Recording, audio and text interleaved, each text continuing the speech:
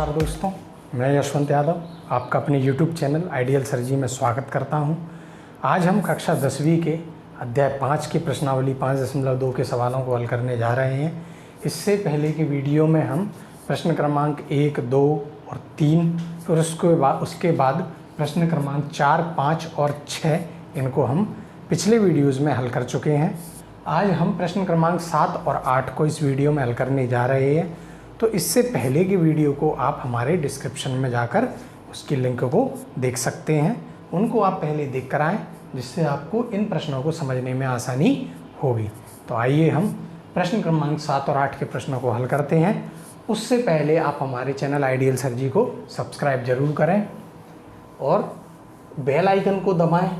जितना हो सके अपने दोस्तों के साथ शेयर करते चलें, उससे हमें ज़्यादा से ज़्यादा मोटिवेशन मिलता है। आइए देखें, जो आपका प्रश्न क्रमांक 7 है उसका आप हल देखें। पहले 7 को पढ़ें अच्छी तरीके। उस एपी का 31वां पद ज्ञात कीजिए जिसका 11वां पद 38 है और 16वां पद 73 है। यानी आपको 16वां पद 73 दिया है और 11वां पद 38 दिया। पूछ क्या रहा है आपसे? 31वां पद। तो जो आपको प्रश्न में दिया है उसको आप पहले लिख लें। आपको वो क्या दे रहा है? 11वां पद, यानी A11 का मान उसने दे दिया 38। दूसरी चीज़ आपको 16वां पद दिया, यानी A16 आपको दिया है 73। पूछ क्या रहा है आपसे? A31, यानी 31वां पद। 31वां पद हमें ज्ञात करना है। तो A11 मैंने आपको बताया है। A11 यानी कि हम क्या लिखेंगे इसको? A + n-1। n-1 यानी 11 में से 1 घटाएंगे तो 10। A + 10D आपका हो जाएगा 38। दूसरा है आपका A16, यानी A + 15D, ये हो जाएगा आपका 73। ठीक है, ये दो इक्वेशन आपको यहाँ मिल रही हैं। ये है पहली और ये है दूसरी। दो इक्वेशन है आपके पास, इनको हल करें। तो मैं इक्वेशन नंबर जो सेकंड है, यानी दूसरी जो समीकरण है, उसमें से मैं पहले समीकरण को घटा रहा हूँ। तो देखें आप, दूसरा समीकरण आपका क्या है? A + 15D, इसमें से मैं क्या घटाऊँगा? A + 10D को घटा दें तो ये है आपका 73 और 73 में से क्या घटेगा? 38। देखते चलें ध्यान से। प्रश्न क्रमांक ये है आपका 7वां हम हल कर रहे हैं। ठीक है, तो देखें, इसको ओपन करें। A + 15D - A, माइनस का अंदर गुणा कर रहा हूँ तो माइनस के 10D। 73 में से 38 को घटाएं आप तो ये 8 और 5 ये 13, ये 4 और 3 7, 35 आपका जो उत्तर आ रहा है। ठीक है, चलें आगे देखें। तो A से आपका ये A इधर कट रहा है। 15D में से आप ये 10D को घटाएंगे तो क्या बचेगा आपका? 5D। 5D बराबर 35। यहाँ से आप D का मान निकालें तो 5 आपके भाग में जाएंगे तो 35/5 हल करें। 5 7 35, यानी आपका D का मान कितना आ गया? 7। ठीक है, ध्यान से देखें, D का मान आपका कितना आ गया? 7। इस D के मान को आप किसी भी इक्वेशन में रख दें। तो मैं समीकरण 1 में D का मान रखने पर, तो समीकरण 1 में D का मान रखने पर, तो देखें मैं यहाँ समीकरण जो आपका पहला है, क्या समीकरण है आपका? A + 10D। A + 10D में मैं बराबर 38 दिया है। इसमें मैं क्या रखूँगा? D का मान। D का मान आपका कितना है? 7। तो A + D का मान मैं यहाँ 7 रखूँगा। 7 का गुणा 10 में करूँगा तो ये आ जाएंगे आपके 70। यहाँ से मैं A का मान निकालूँ, A बराबर 38 - 70। तो ये आपका A का मान कितना आ जाएगा? यहाँ से A बराबर आपका आ जाएगा ये 40 और 30 70, यानी आपका 32 A का मान। और 32 भी कैसा? माइनस के, क्योंकि 70 कैसे हैं? ऋणात्मक संख्या है। तो A का मान क्या आ जाएगा? -32। A का मान आपका -32 आ गया और D का मान आपका 7 आ गया। तो हमें निकालना क्या है? 31वां पद। तो 31वें पद के लिए हम क्या लिखेंगे? A + 30D। 31वां पद क्या हुआ? A + 30D।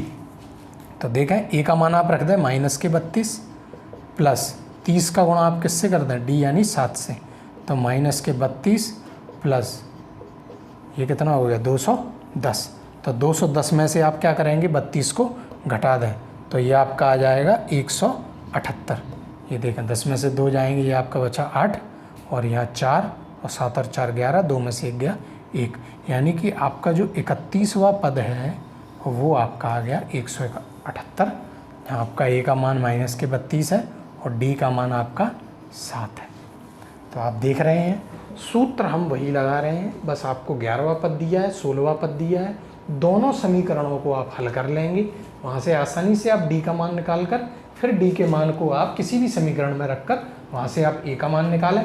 ए का मान और डी का मान आने पर आप 31वां पद, आपसे जो भी आपसे वो पद पूछें 31वां, 50वां, 100वां, तो उसमें आप आसानी से रखकर, आपको ए और डी का मान पता होगा तो आप आसानी से उस पद को ज्ञात कर सकते हैं कि आपको कौन सा पद वो पूछ रहा है। एपी का कौन सा पद, जो भी आपको पद वो पूछे आप आसानी से उसे निकाल सकते हैं।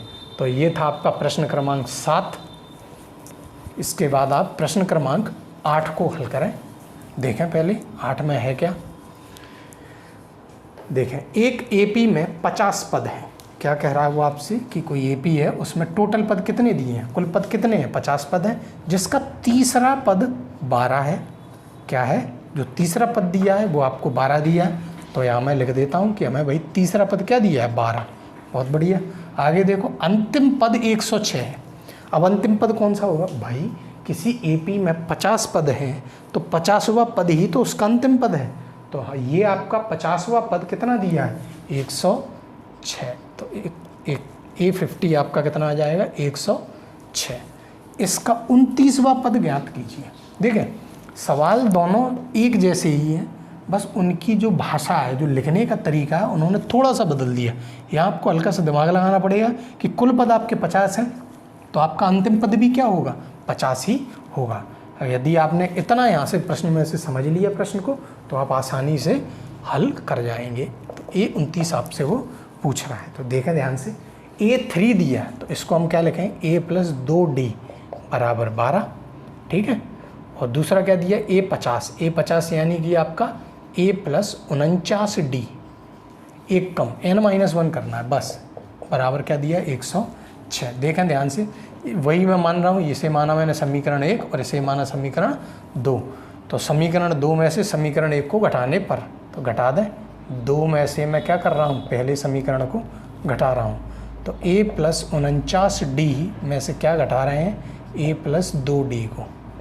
तो उनके RHS यानी कि जो आपका बायां पक्ष है वो भी घटेगा, 106 माइनस के 12। ध्यान से देखें, A+49D माइनस A माइनस के 2D बराबर 106 में से 12 को घटाएं तो 6 में से 2 जाएंगे 4 और 10 में से 1 जाएगा तो 9, यानी 94 आपका ये आ रहा है। A में से आपका ये A कट गया, 49 में से आप 2 घटाएंगे तो आपके आएंगे 47D। ठीक है। और यहाँ से आपका D का मान क्या आ जाएगा, 49 ये 94 में से आप क्या भाग दे दें 47 का, तो आपका D का मान कितना आ जाएगा, 2। ठीक है। D का मान आपका यहाँ कितना आ गया, 2। इसको आप वही करें, किसी भी समीकरण में रख दें। तो मैं D का मान समीकरण 1 में रखने पर, तो मैं यहाँ समीकरण 1 में उसका मान रख रहा हूँ। समीकरण 1 आपका क्या है, A+2D बराबर 12।